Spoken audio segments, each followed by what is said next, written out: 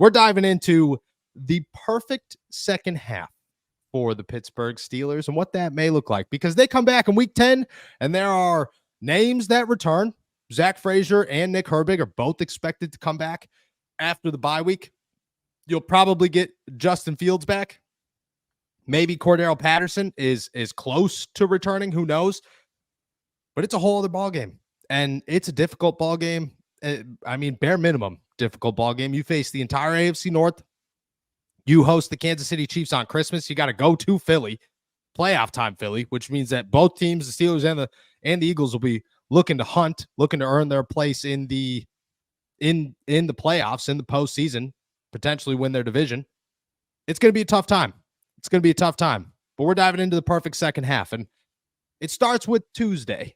That's when my perfect second half starts with. And I got 6 little nuggets for you. 6 little nuggets that create the Steelers' perfect second half to the season. And like I said, Tuesday is where it all begins. The perfect second half for the Pittsburgh Steelers starts with a man out of Denver coming to the Pittsburgh Steelers. That is Courtland Sutton, in a trade that goes down before 4 p.m.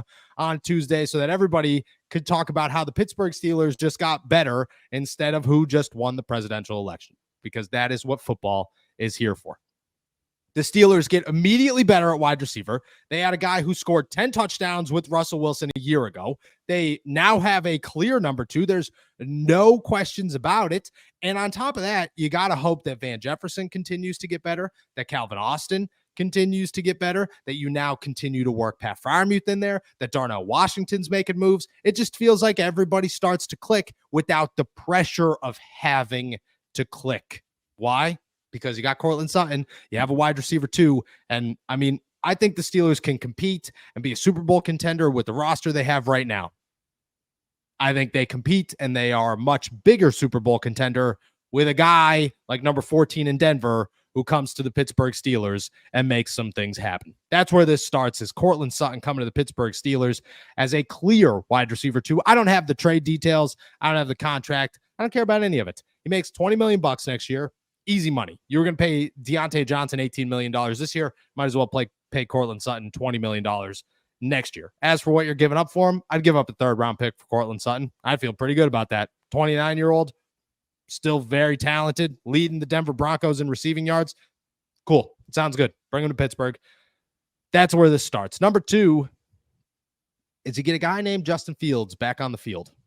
Not in a starting capacity, but if this is going to be perfect, and they are going to be as dangerous as they could possibly be going into the playoffs, you got a guy named Justin Fields who's breaking off 25, 30, 40-yard runs, scoring touchdowns, and becoming an active member of this offense. Because every team who competes for a Super Bowl has an X factor.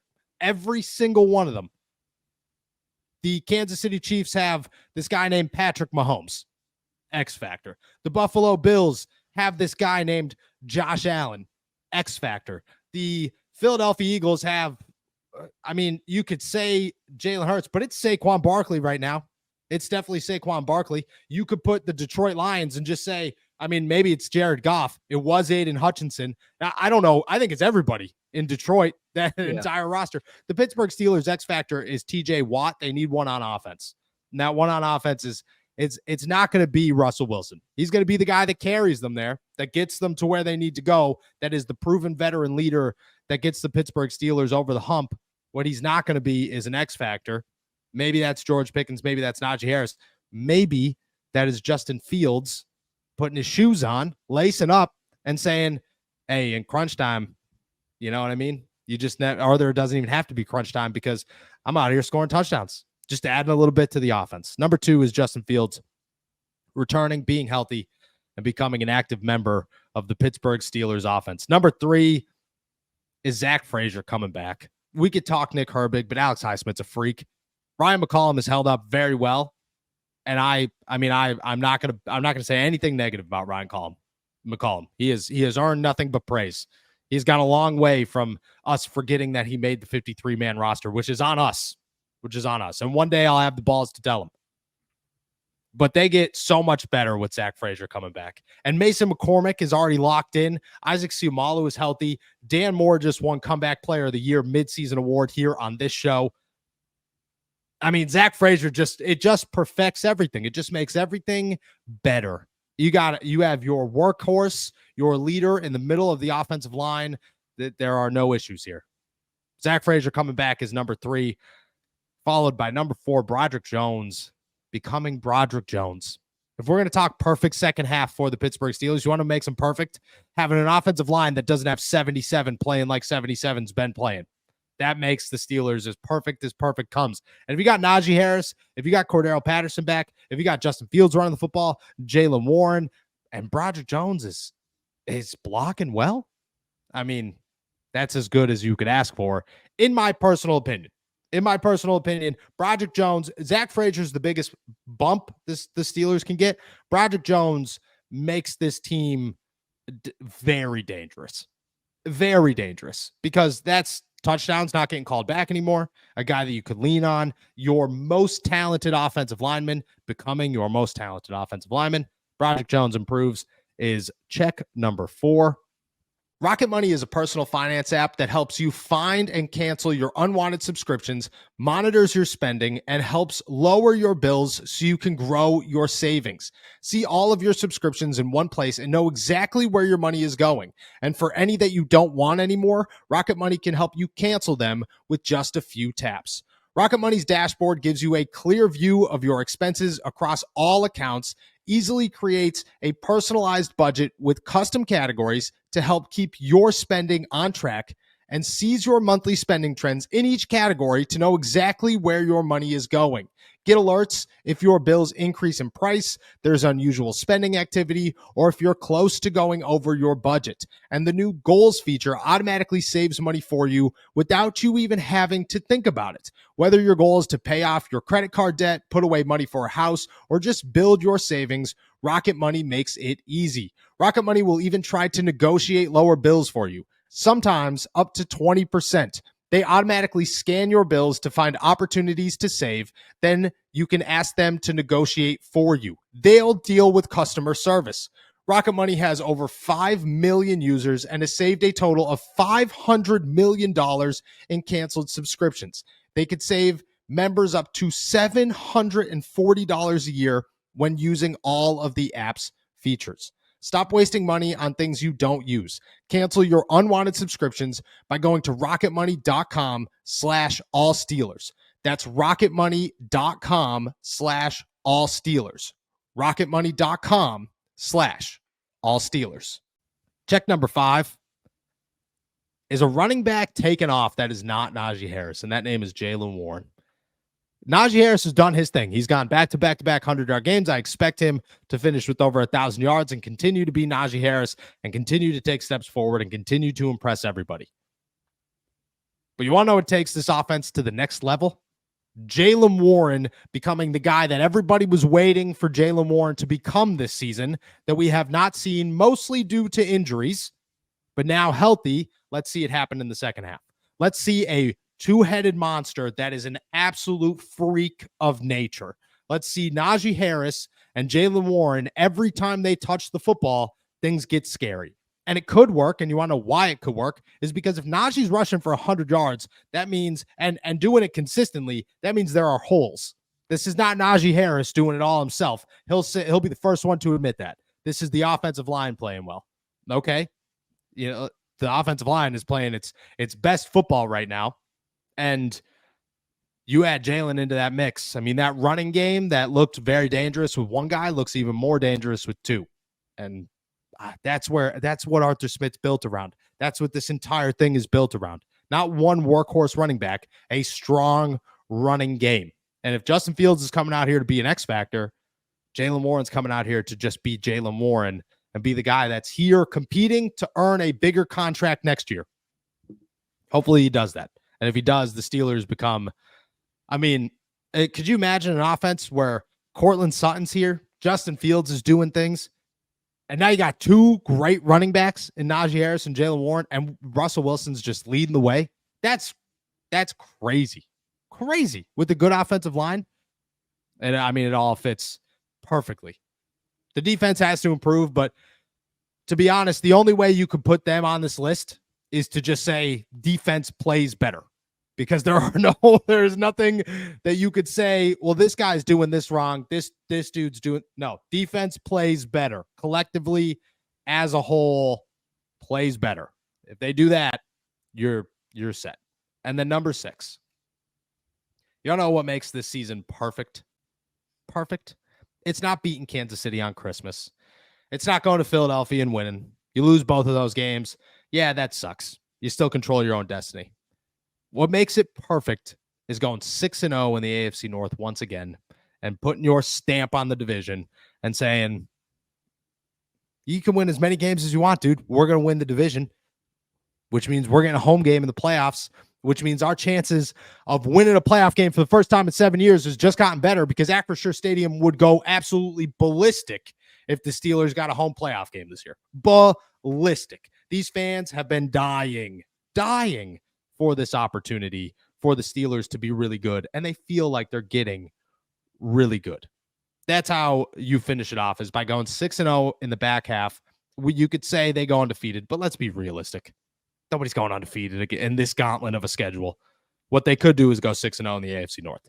That means bring in Courtland Sutton, let Justin cook. You get Zack Frazier back, and he's healthy and ready to go. Broderick Jones just gets better. Jaylen Warren explodes, and then you finish it with a good icing cherry on top of a perfect AFC North record.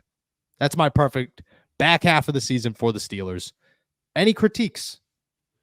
There's a lot on offense, and I know you said on defense, it's just, hey, just play better across the board. There's no real players that need to be singled out or individualized based on their performance.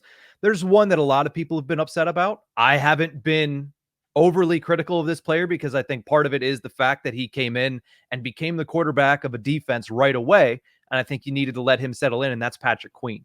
I think if Patrick Queen can get his feet underneath him now that he's had his first 8 games in a Steelers uniform and start to make more of an impact. We saw it in spurts in that first half. If you can see him become a pivotal impact player on the defensive side of the football, I think that leads to that defense becoming that 1, 2, 3 defense that we've been expecting them to be, and on paper that they should be.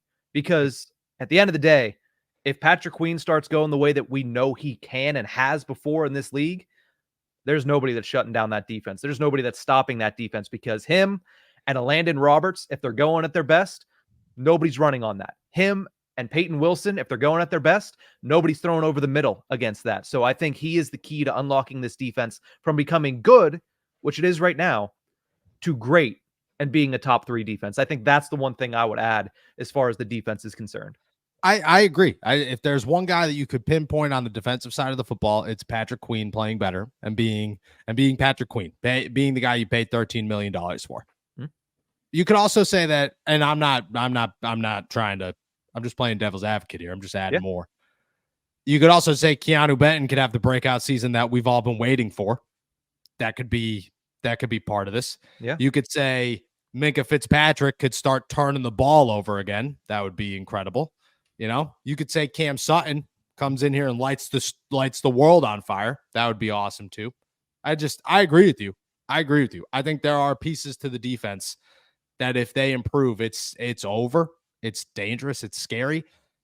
I think part of my perfect second half here is you could say the defense is going to be better. I have faith the defense is, to a degree, that the defense is going to be. It's just hard to believe that a team with Cam Hayward, TJ Watt, and Minkah Fitzpatrick, on top of everybody else that's there, is just going to be bad all year. You know, bad stints, bad spurts. Yeah, probably bad all year long. I don't know. That would be tough. If it's bad all year long, I mean, TA is gone. You know, you're probably firing everybody on that defensive staff. You have to. There wouldn't be any room. I mean, here's the thing, though. I mean, Mike Tomlin had the perfect quote for this. They've been good, not great. And they've been great at times, but there's also been times where they have been so far below the bar of expectation that you start to question what happened, right? I mean, it's not that the personnel has been, I mean, yes, you've dealt with injuries. Highsmith and Herbig going down was a big blow, but for the most part, you've stayed, knock on wood, relatively healthy outside of that. And there's been times where they've just been gashed. And part of that we've talked about is continuing to stay in zone against Joe Flacco. That was a rough decision. Part of that was just getting diced up by the rushing attacks of the Giants and the Dallas Cowboys. It's things like that where you're saying, how could this possibly happen, that they just need to tighten up, especially in that second half? Because as we talked about, 6 division games, they're all going to be tough. And then the 3 games that aren't in the division are against 2 teams that are vying for a division lead in the NFC East and the undefeated Kansas City Chiefs. You need to be on your P's and Q's. And I think that unit as a whole needs to be a little bit more consistent. Alex Highsmith said it last week following the game before he, 1, 2, 3 headed out to Cabo. So I agree with what Alex Highsmith said. And I think that's what I'm keying in on for the second half, starting with a big test against Jaden Daniels on the road. I agree. And we'll see how that test goes. I mean, the Steelers' Super Bowl chances live and die off that defense. Let's be honest. 100%. They live and die off that defense. If that defense is subpar at any point in the playoffs, it's over. You've just lost because you're not beating Josh Allen. You're not beating Patrick Mahomes. You're not beating Lamar Jackson. You're not going to do these things. And you could say, oh, they own Lamar Jackson. That's great. What they don't own anybody in the playoffs right now.